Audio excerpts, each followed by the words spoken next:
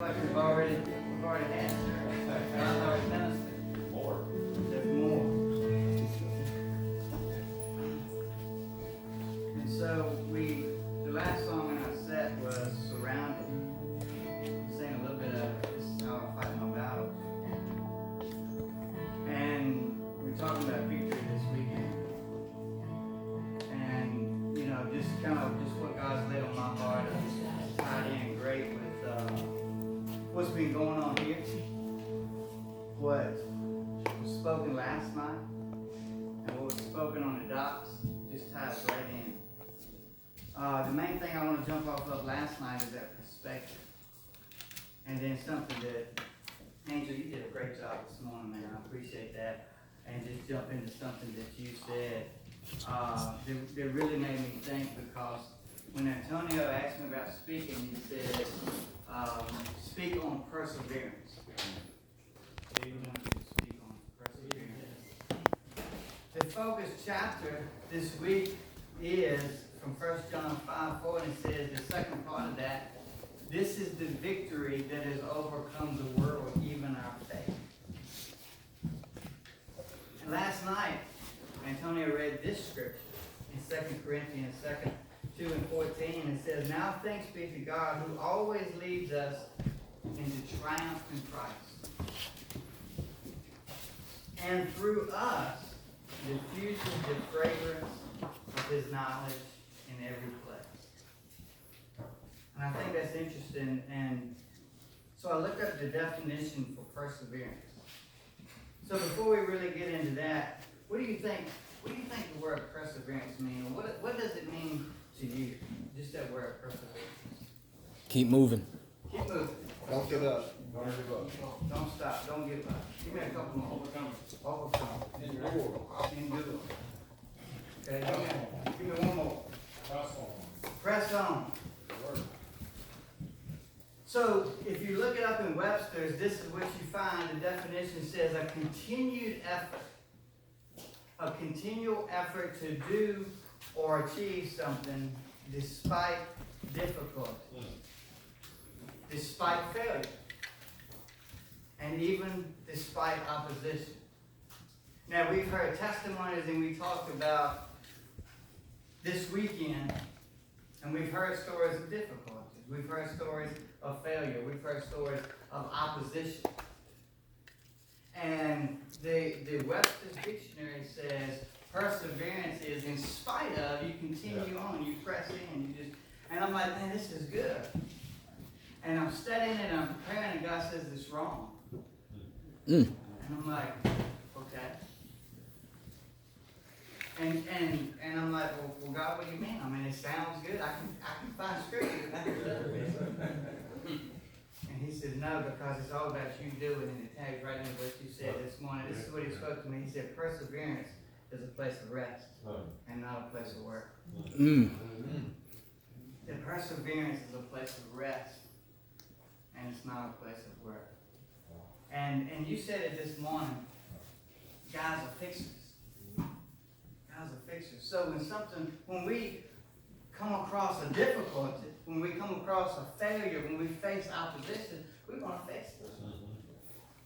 That's one of the most toughest things I've had to learn as a husband, and probably most of you. When my wife's telling me things, sometimes it's okay to listen. But our nature is to fix, because we want to be coming in on that white horse and, baby, I'm going to fix this, I'm going to change it, I'm going to save it, right? I'm going to turn this around. That's our nature. That's the way God made us. And so sometimes she says, no, I just need you to listen. I don't need you to do anything. But that's hard. That's difficult. And the same thing in life, when we face opposition, our nature is to go into gear and say, you know what, I'm going to do something about this. I'm going to persevere, I'm going to fight, I'm going to dig in. And God's saying, no, you're going about it all the wrong way. And I've had to learn that the hard way, because I am a doer. I like to jump in to do things to fix, but I've had to learn. And we had a soul care retreat a couple of years ago about Sabbath, and it totally changed my life. Completely changed my approach to ministry, my approach to how I live day to day, week to week. It changed everything. because it talked about stopping and pausing and learn. And I've tried to learn. It's been a progressive thing, but I've tried to learn how to rest. And so, perseverance is a place of in between. So when I saw that song and Set List Surrounded, we just had an event a couple of weeks ago that our worship team, we were asked to lead at, and it was a fundraiser for a young lady who just turned 19. She just graduated high school this past May, and she was set to go to JMU. 2 weeks before she went to JMU, she found out she had leukemia for the third time. First when she was 8 years old, second time when she was 13, and then now. She's in Duke, currently been in Duke for a couple of weeks. She'll be there for about 40 some days. She's receiving experimental treatment called CAR T therapy. It's a very aggressive, radical, new approach to treating cancer. But these are strong people of faith. Her and her mom's right there with her, but we prayed and we saw it, and she said, I didn't think we would be going through this again. And man, perseverance is about a place of in between. But the key there is the perspective. That's a lot of times where we get lost, is that perspective. You know, reading this parable, a lot of people misunderstand this parable in Luke 18. It says, one day Jesus told his disciples a story to show that they should always pray and never give up. And this is what he says. There was a judge in a certain city, he said, who neither feared God nor cared about people. A widow of that city came to him and repeatedly saying, give me justice in this dispute with my enemy. The judge ignored her for a while. But finally he said to himself, I don't fear God or care about people, but this woman is driving me crazy. I'm going to see that she gets justice because she is wearing me out with her constant requests. And sometimes that's our perspective of God, and that's our position of God, and that's our view of God. Well, if I can just keep going, eventually God will give in and fight on my behalf. Eventually, if I can get 3 more people to pray, I can convince him to move. Right? That's a deceived mindset. That's not the nature of God. That's not the reality of God. And then Jesus says here, it says, then the Lord said, learn a lesson from this unjust judge. Even he rendered a just decision in the end. So don't you think God will surely give justice to his chosen people who cry out to him day and night? This is a question he asked. And it's a question that I think that they just pondered. Do you think that he'll keep putting them off? And it says, I tell you, he will grant justice to them quickly. And then Jesus asked this question to the room. When the Son of Man returns, how many will he find on the earth that have faith? And so, what I want to tell you is perseverance is a place of in-between. Perseverance is not a place of work, but rather it's a place of rest, because it should be a place of faith. Because what happens is, in that waiting time, from the time you face difficulty, from the time you face failure, from the time opposition presents itself to you, from that point to the time where you're victorious, there's always a season in between. Sometimes that season's a few days, sometimes it's a few months, sometimes it's a few years. But it's in that season when temptation comes, and what's really challenged is, do you really believe what you say that you believe? That's the perspective that we have to get, because it's easy to say you get this diagnosis on day 1, or you get a phone call, or you get you lose your job, whatever, on day 1. You have faith, and you call people and you say, let's pray, let's stand. But what about on day 5 when things haven't got better? What about on day 7 when things have gotten worse? It's in those moments when the enemy comes and says, God's really not who he says he is. We see it all through Scripture. That temptation is not, and Antonio talked about it last night. Our fight's not with the devil. We square off and we fight, but the only place it says in the Bible says fight the good fight of what? Faith. Come on. The good fight of faith is believing God on the bad days. Yeah. Amen.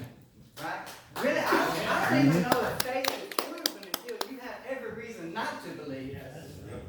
Right? When you got every reason not to believe what the Word says, really, that's only when faith exists.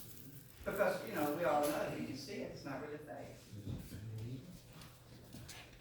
So what we do is, we get in these circumstances and situations, and then in the perseverance, what happens is we submit to the problem.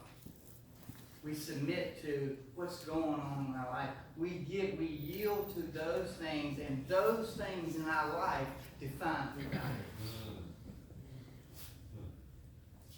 A lot of times it's subconsciously, but what happens is we get to a situation where life speaks louder than truth. Wow, that's right. And then we let circumstances define God instead of letting God's word define our circumstances. Come on. Come. Yep. Well said. So, a practical story, we talked about it last night at the campfire, and I think the rancher once said it, talking about this is like Shadrach, Meshach, and Abednego. So if we think about this story for a minute, and we think about the fiery furnace, and you think about it, so they had opposition, right? They had opposition. And the king comes in, Nebuchadnezzar says, you bow or you die. And their response was amazing because they had such a perspective that it never was about the fire. Like that was never part of the equation in their mind. Now, the enemy, which was Nebuchadnezzar, was trying to use the fire or the circumstances or the doctor's report or the pink slip at work or whatever to use that to change them. Right? Exactly. But they never allowed that to define who God was. Because they said, King, we're not even careful to analyze. We don't even need to think about it. We're not, we don't even have to think about it, talk about it, discuss it.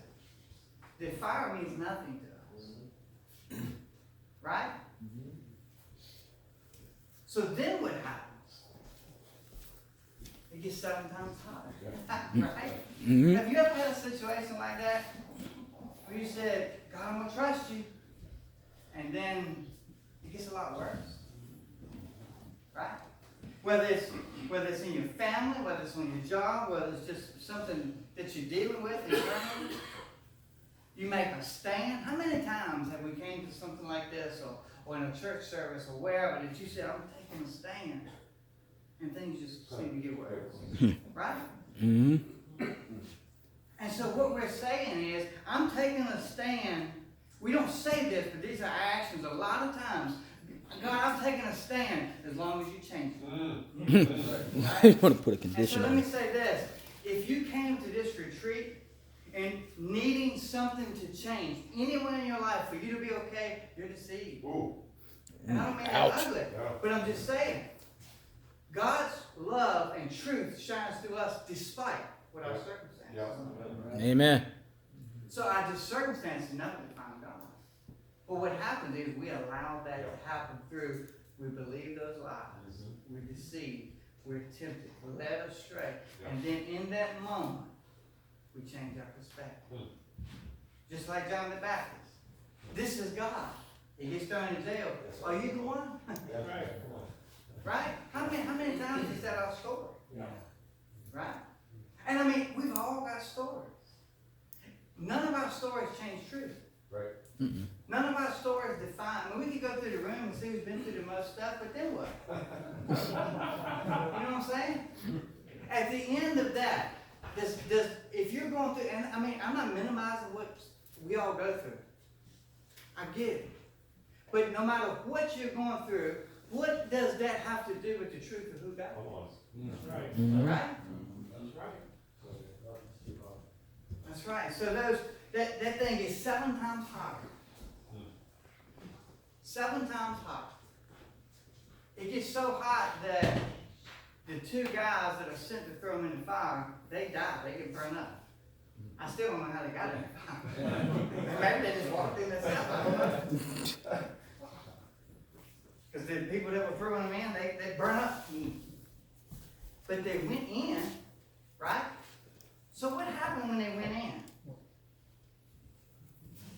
What happened? Somebody shows up. Who shows up? Son of man. One looks like the Son of Man. Jesus shows up. I'm going to see a victory, right? Amen. But you know what? But in order for them to get to that point, they never could be intimidated by the fire. Mm-hmm. That's what they said. If we die, we die. They said God's able. Look, and this is the thing. God's able to change your circumstance. Mm-hmm. God's able to heal your body. God's able to deliver the Come on, the come on. children. God's able to do all of it. But if not, He's still God. Amen. And what the world sees is a church that loves God based on contingencies. Mm-hmm. Do we have any real estate agents in the room? Anybody a real estate agent? You know what the word contingent means. Absolutely. When you write a contract, if you say, I'm going to buy his house contingent upon mine selling, you know what that means? I'm going to come through on my promise if this happens. And we may not say it, but a lot of times God will follow you, God will serve you, God will love you, God will do all of these things. But they're contingent clauses in my life. Forgive us, Lord. And it's not that God's disappointed or less than satisfied or any of that, but the thing is what it results in is us living far beneath where He's called us to live. Amen. And so they get thrown in that fiery furnace. And then going back to 1 John as we talk about it, thanks be to God who always leads us to triumph in Christ. But listen, the things that are in your life, it's never about the thing. Right.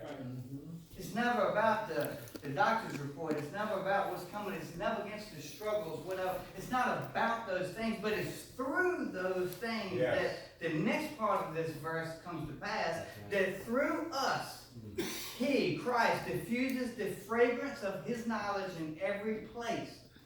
And so they go into this fiery furnace. It never was about the fire. God shows up. The fragrance of His knowledge is diffused, and Nebuchadnezzar says, what?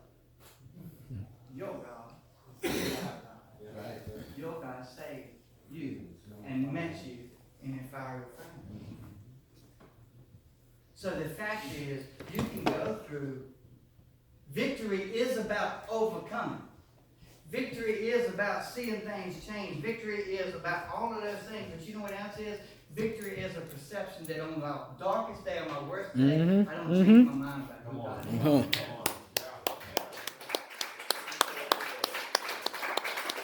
And I never let my circumstances define me. Amen. Right? But a lot of times, and you know what? Not only us, now we talk about us and God parallel, but as you know, if we take this thing horizontally, we need to, because Jesus is not only our Savior, He's also what our model for life, right? Amen. So relationally, then we have to begin to live this out, not only vertically with us and God, but horizontally with each other. Because if I say Art offended me, What you when do? Art comes and apologizes to What you do, me, Art? would be good, right? Right? And our perseverance then is again contingent on something happening. Well, I'll be happy if my wife would just, right? As soon as my kids get straightened out, I'm gonna be okay. Come on, man. I mean, this is the way we live. This is it. But look, we gotta live this out horizontally, relationally. So let me ask you a question. On your darkest day, we've all had them. On your darkest day, did God ever change His mind about who you were? Never. On somebody else's darkest day, they need the same thing from you. That's right. They don't need a frustrated Christian brother. True? True, man. So perseverance. This is the victory that has overcome the world, even our faith. So it's what we believe. Living by what you believe. And not letting circumstances and opposition in life to speak louder than truth and change that. Jesus also had a statement. I'm going to close with this. He said, in this world, you're going to have what? Trials. Trials, troubles, tribulations, all of that. Triple three. But what did he say? But did he say, you're going to have all these things, and it's okay to be frustrated? It's okay to be bitter for a season. He didn't say that. It's okay to, and so all of these places we go, and then the church is actually tricked into like ministering to these places that Christ never gave us permission to be in. And so he says, but be of good what? Cheer. Why? So this is the victory that has overcome the world, even our faith. That's the good fight. So the whole fight in life is not to win. The whole fight in life is never change what you believe in spite of whatever season you're walking through. And winning's a byproduct. Winning's already promised. Resting, like Angel talked about. Just resting. Knowing that God's in control. Amen. And if he works it out, he's God. And if it never changes, he's still God. And my response is just to go around and shine. Be his light. Let's bow our heads.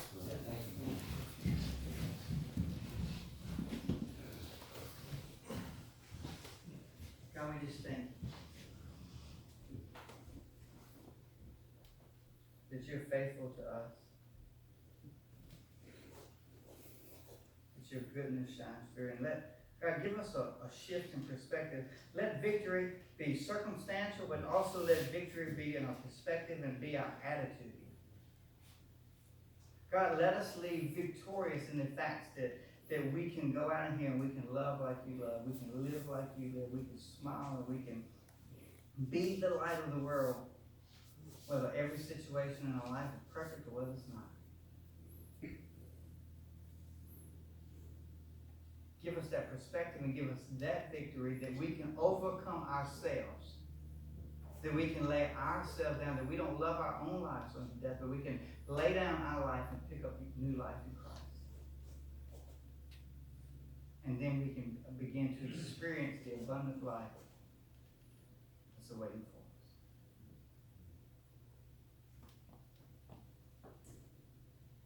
Buddy, would you play something for me, please?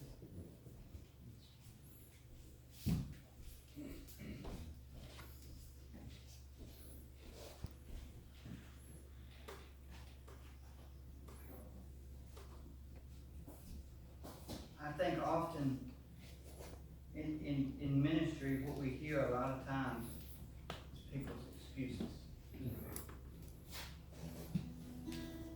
We hear a lot of times that people come to church needing God to do something in their life. They need things to change.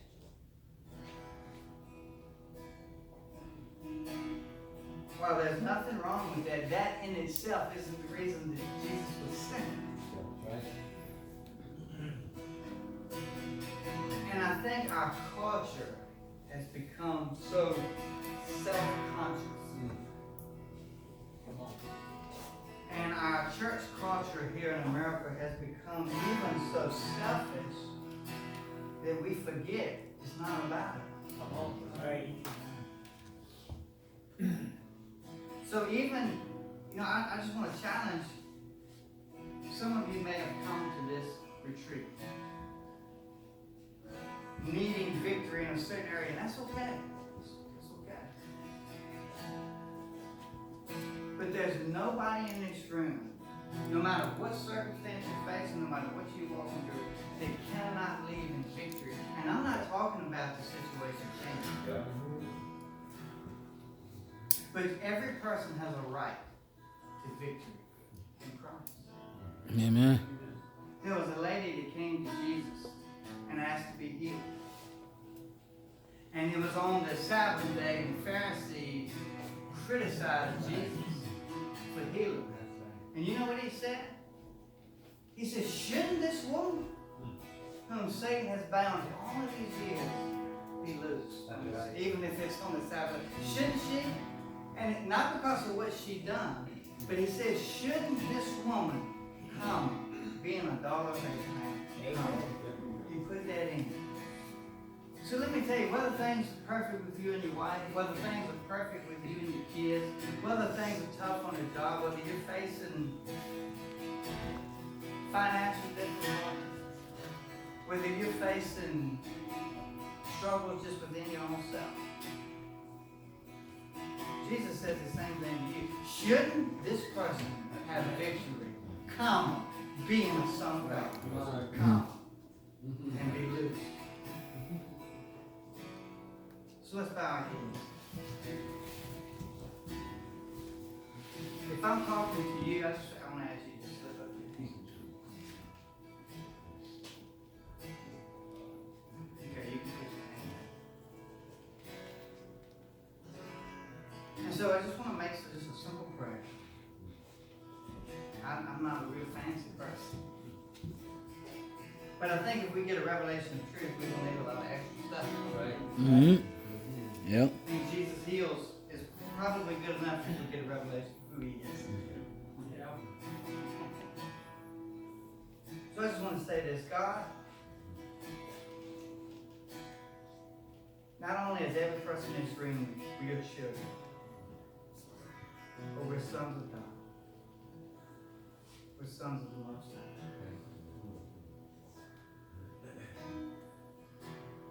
God, first, just as Pastor Durant was talking, God, open our eyes to lay down ourselves, to lay down our ambitions, to lay down our desires, to lay down our struggles, to lay down ourselves. That's the first commandment. He that comes to me has to first deny himself. And I think too many times it's Jesus incorporated. We take Jesus and incorporate it into our life. But God, help us realize that first we have to die to ourselves. Mm. And then a new life is found in Him.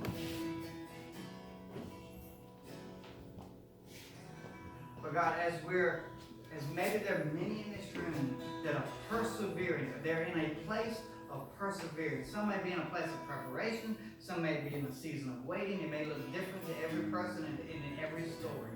But in this season of perseverance, let your word rest and settle within the hearts and minds of every person here.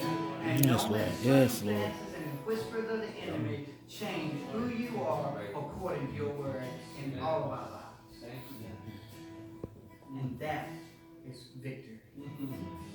That is good. And we leave with every person having that perspective, that shift in their mind, and that focus. In Jesus' name. Amen. Amen.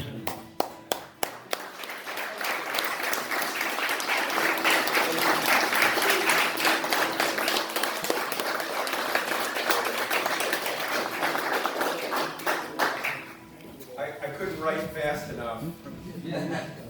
But I hope that the word grips you. Guys, that is a prophetic word from heaven for us in this moment of time. There's sometimes when you hear the word preached, and then there's sometimes when you just feel the word from heaven. I mean, it's more than the words coming off of a page or a speech. I mean, it's the word of the Lord for us. That was the word of the Lord for us as men.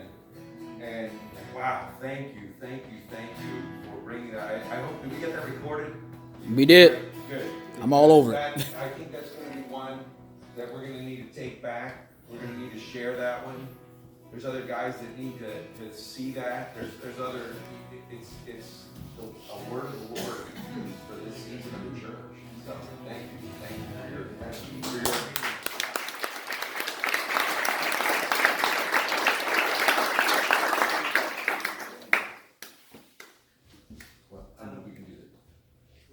well, we'll take a break, Okay. and then, we'll come back, and I think there's, well, we'll talk about that.